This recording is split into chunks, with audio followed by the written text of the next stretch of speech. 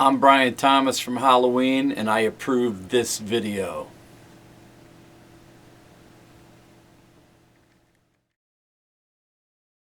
Hey,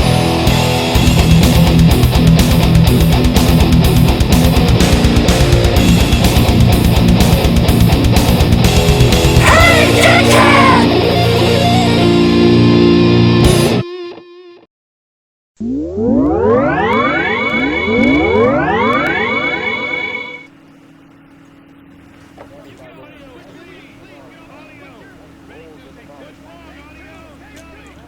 Hope I'm in the right place. Thought somebody was going to be here to interview me. We're here with Brian Thomas from the legendary Halloween. Oh, there you are. And we'll talk about legends later, but we have a few questions for Mr. Thomas.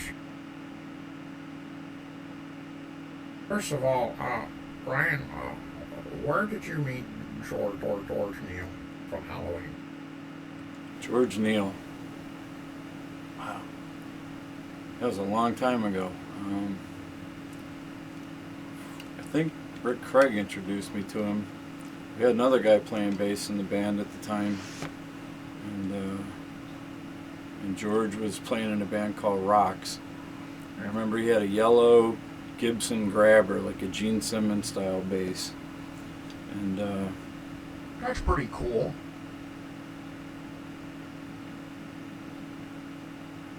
oh wait, sorry, I fell asleep. Okay. I remember thinking that that's not metal.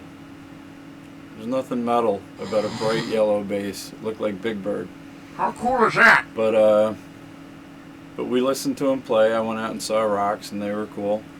And Rick knew him, and so we kind of hijacked him from that band, and the rest is history. A legend was born. Okay, we'll talk about legends later. Okay. What do you think the most important factor in keeping a band together for such a long period of time? I don't know. I guess you got to have fun. Everybody's got to, keep things interesting and fresh, and you got to trust each other. That, if one guy has a good idea, everybody else in the band thinks it's also a good idea, and if not, you got to kind of compromise, and you got to be able to go with the times and be able to change and adapt to the scene and what's going on, and again, trust and fun, probably the big things. You got to be able to get along. It's like being married. If you can't get along with your wife, then it's Splitsville. Interesting. What are your 5 favorite Halloween songs?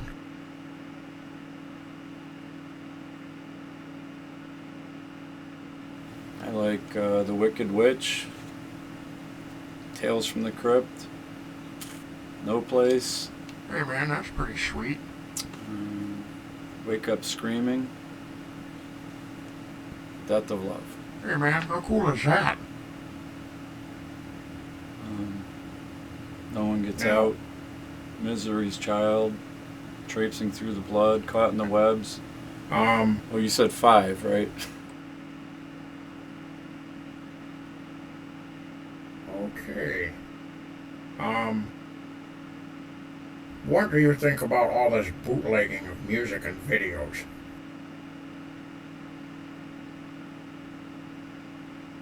Well, that's a good question. I know that some of my bandmates don't agree with me.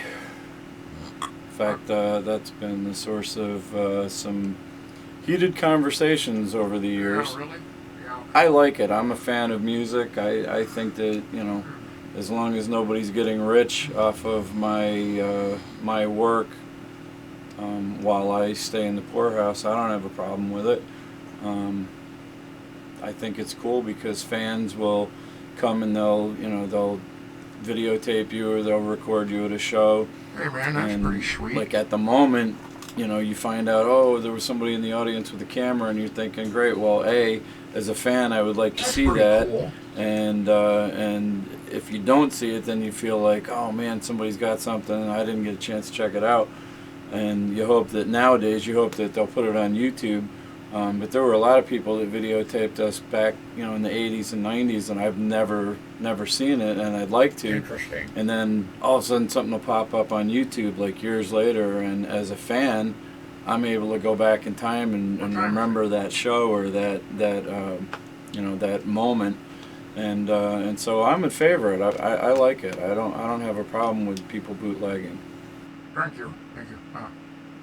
But obviously there's people that are out there trying to, rip you off and do stuff to make themselves money, and sell your stuff. But it's so small, it's like we're not Metallica. So I don't have a problem with it. But I know some of my bandmates do. What are you gonna do? Hey man, one time at band practice. Oh. That was something else. How does George feel about your other music projects and endeavors? I don't know. You probably have to ask George. I guess he's all right with it. I try to, use my other projects as a way to stay in shape and other avenues for my anger issues. It's like therapy, doing the acoustic stuff is fun because it really challenges you to have your shit together. Your voice is really under a microscope. If you suck, everybody knows it. You're able to express yourself emotionally different. I do What a Nice Place and Take Me with my acoustic project, and it's different than how like What a Nice Place is performed with Halloween, and it just brings out like a whole different mood and a whole different attitude, and so that's fun for me personally. I love doing the acoustic stuff, and then with a band and Siren, Ass, they're all different. They've all got their own style and like attitude that they bring to the table. I mean, Siren and Abandon currently aren't really doing anything, and Abandon went on with other people from the time that George and I were in it, but I still love all those songs, and I miss playing them. And Siren, we took a break for a little while, but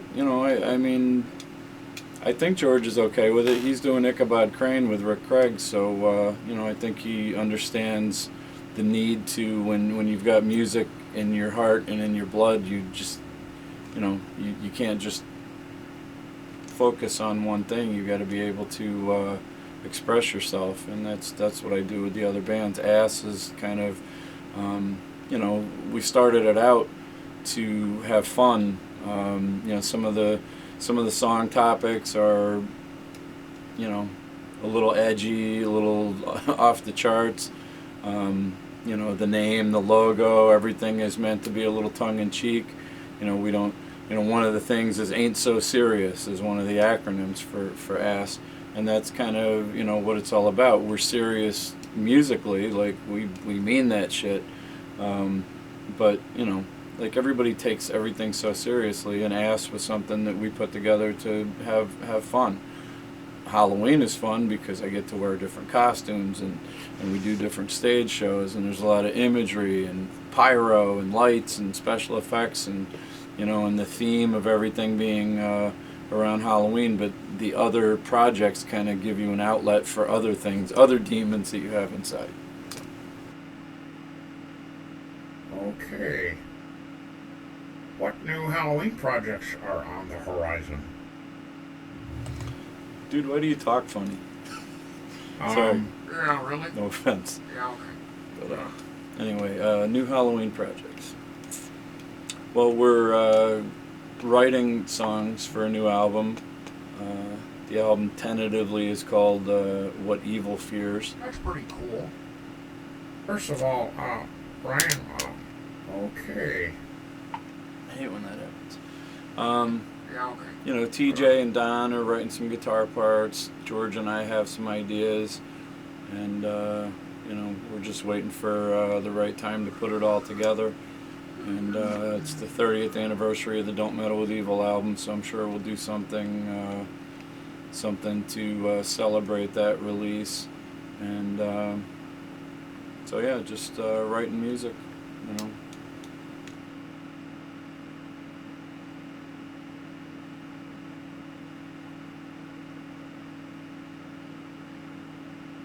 Wow, speaking of George, you kind of look like him a little bit. Are you like cousins? Do you know him? Are Not you that related? I know of. Never met the guy. He is rather a handsome fellow, though. He's alright. His wife likes He him. is rather a handsome fellow, though. You don't have any funny stories or memories about George on the road or on stage, do you? Funny stories about George on the road or on stage. There's only a million of them. How many Not do that you I want? know of. Yeah, there's only about a million of them. How many do you want? I don't know. Back in 2012, way back in 2012, when we were on tour in Europe and TJ was the new guy, we were in Hamburg at the Reeperbahn, and we stayed in a hotel that was like right in the middle of all the strip clubs and porn shops and adult bookstores and peep shows and all that kind of stuff. And when we were loading our stuff into the lobby, there was a magazine, like basically a gay dude magazine. Yeah, really? And yeah, okay. George let TJ think that he was going to be in on a gag, and so he had TJ grab this magazine out of the rack and was going to hide it in Don Gurrier's luggage for a laugh later on down the road. That's pretty cool. And what happened instead was that when everybody got into the lobby, George pointed out that TJ had a gay magazine hidden in his jacket. How cool is that? So TJ thought he was in on a gag, and he became the gag. And you could see the look on his face, right, as it was happening, when he realized that he was the butt of the joke. Interesting. Okay. Let's see what else. There was the time when we were playing in Pontiac at Deja Vu. No, not the nudie bar, but the nightclub. And the intro tape is playing, and the stage, it was a small theater, and the stage was only about as deep as from me to you.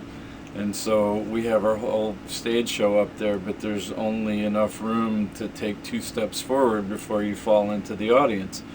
So George and Rick are standing back up against the pillars and gates for the intro tape to play, and I'm still off in the wings waiting to come out onto stage.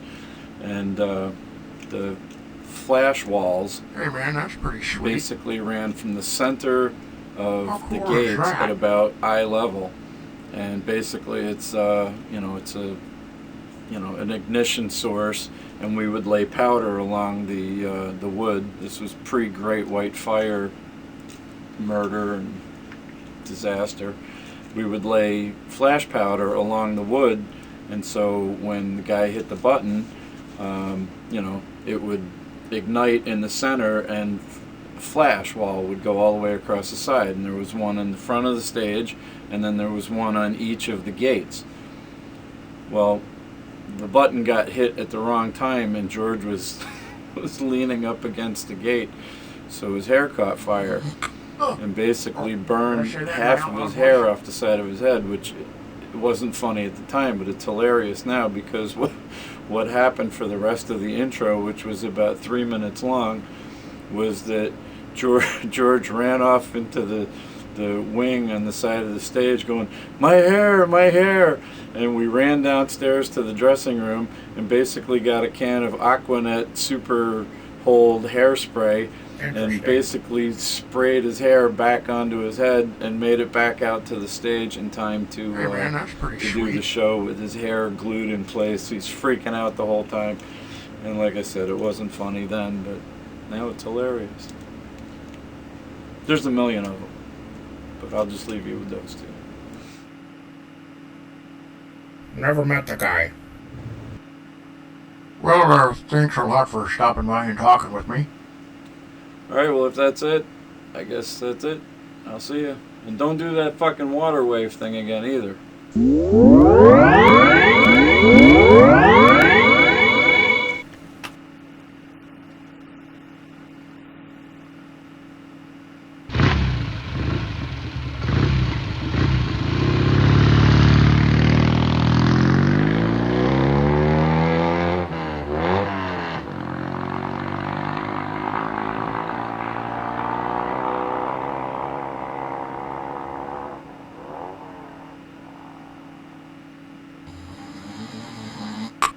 I like pancakes. Oh, sorry.